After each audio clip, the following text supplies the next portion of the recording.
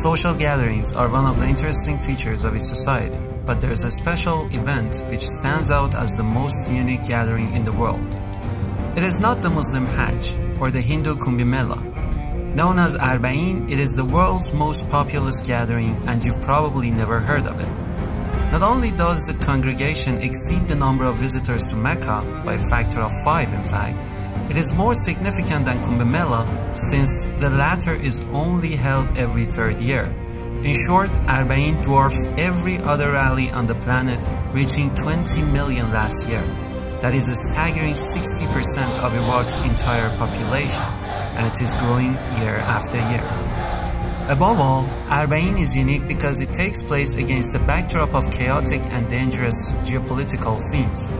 Daesh, aka the ISIS, sees the Shia as their mortal enemy, so nothing infuriates the terror group more than the sight of Shia pilgrims gathering for their greatest show of faith. There is another peculiar feature of Arba'in. While it is a distinctively Shia spiritual exercise, Sunnis, even Christians, Yazidis, Zoroastrians, and Sabians partake in both the pilgrimage as well as serving of devotees. This is remarkable given the exclusive nature of religious rituals, and it could only mean one thing. People, regardless of color or creed, see Hussain as a universal, borderless, and meta-religious symbol of freedom and compassion. Who is this Hussain who motivates people to defy all the odds and come out to mourn his death 14 centuries after the fact? 570 AD, Arabian society is fueled with ignorance, with injustice, with tyranny, and with cruelty. Injustice on the political level, injustice on the social level, and injustice on the economic level. This man's grandfather, by the name of Muhammad, rises in Arabia. He is able to alleviate all these forms of injustice. The cruelty is removed. The tyranny has now vanished. He is able to establish principles by which every human being can live, Muslim and non-Muslim alike. 50 years after Muhammad's death, the same ignorance returns. The same injustice is now returned. It's fueled the whole Arabian state. Tyranny everywhere, cruelty everywhere. Racism is now part and parcel of that society. A man must stand.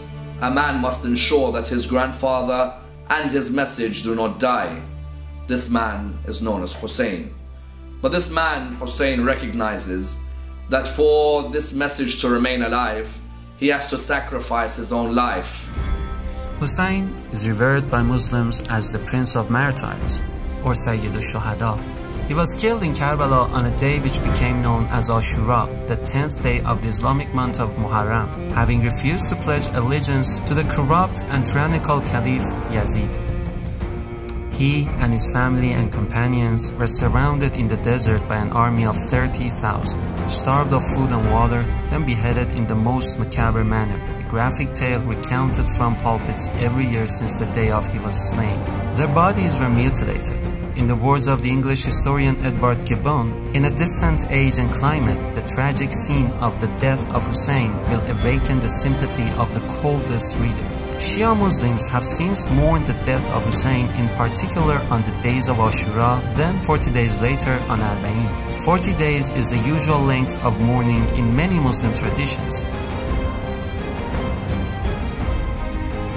An avalanche of men, women and children filled the eye from one end of the horizon to the other. The crowds were so huge that they caused a blockade for hundreds of miles. The 425-mile distance between the southern port city of Basra and Karbala is a long journey by car, but it's unimaginably arduous on foot. It takes pilgrims a full 2 weeks to complete the walk. People of all age groups trudge in the scorching sun during the day and in bone-chilling cold at night.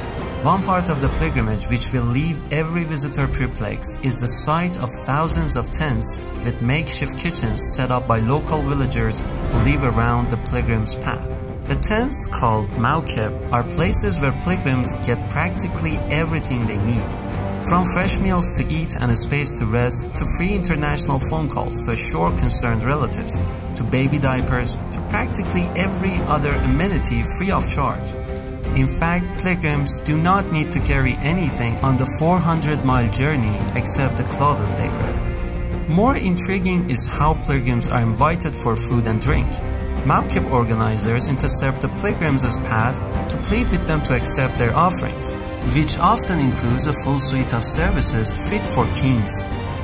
First, you can have a foot massage, then you're offered a delicious hot meal, then you are invited to rest while your clothes are washed, ironed, then returned to you after a nap. All complimentary, of course. Everything, including security, is provided mostly by volunteer fighters who have one eye on Daesh and another on protecting the pilgrims' path. To know what Islam teaches, don't look at the actions of a few hundred barbaric terrorists, but the selfless sacrifices exhibited by millions of Arabian pilgrims. It isn't easy for an outsider to understand what inspires the pilgrims. You see women carrying children in their arms, old men in wheelchairs, people on crutches, and blind seniors holding walking sticks. Visitors to the shrine of Hussain and his brother Abbas are not driven by emotion alone. They cry, being reminded of the atrocious nature of his death, and in doing so, they reaffirm their pledge to his ideals. The first thing that pilgrims do upon reaching his shrine is recite the Ziyarah, a sacred text which summarizes the status of Hussain. In it, they begin the address by calling Hussain the inheritor of Adam, Noah, Abraham, Moses, and Jesus. There is something profound in making this proclamation. It shows that Hussein's message of truth, justice, and love for the oppressed is viewed as an inseparable extension of all divinely appointed prophets. If the world understood Hussain, his message, and his sacrifice, they would begin to understand the ancient roots of Daesh and its credo of death and destruction. It was centuries ago in Karbala that humanity witnessed the genesis of senseless monstrosities, epitomized in the murderers of Hussain.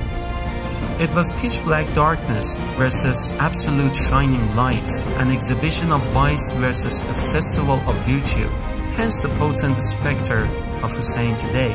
His presence is primordially woven into every facet of their lives. His legend encourages, inspires, and champions change for the better, and no amount of media blackout can extinguish its light. Who is this Hussain? For hundreds of millions of his followers, a question this profound, which can cause people to relinquish their religion for another, can be answered only when you have marched to the shrine of Hussain on foot.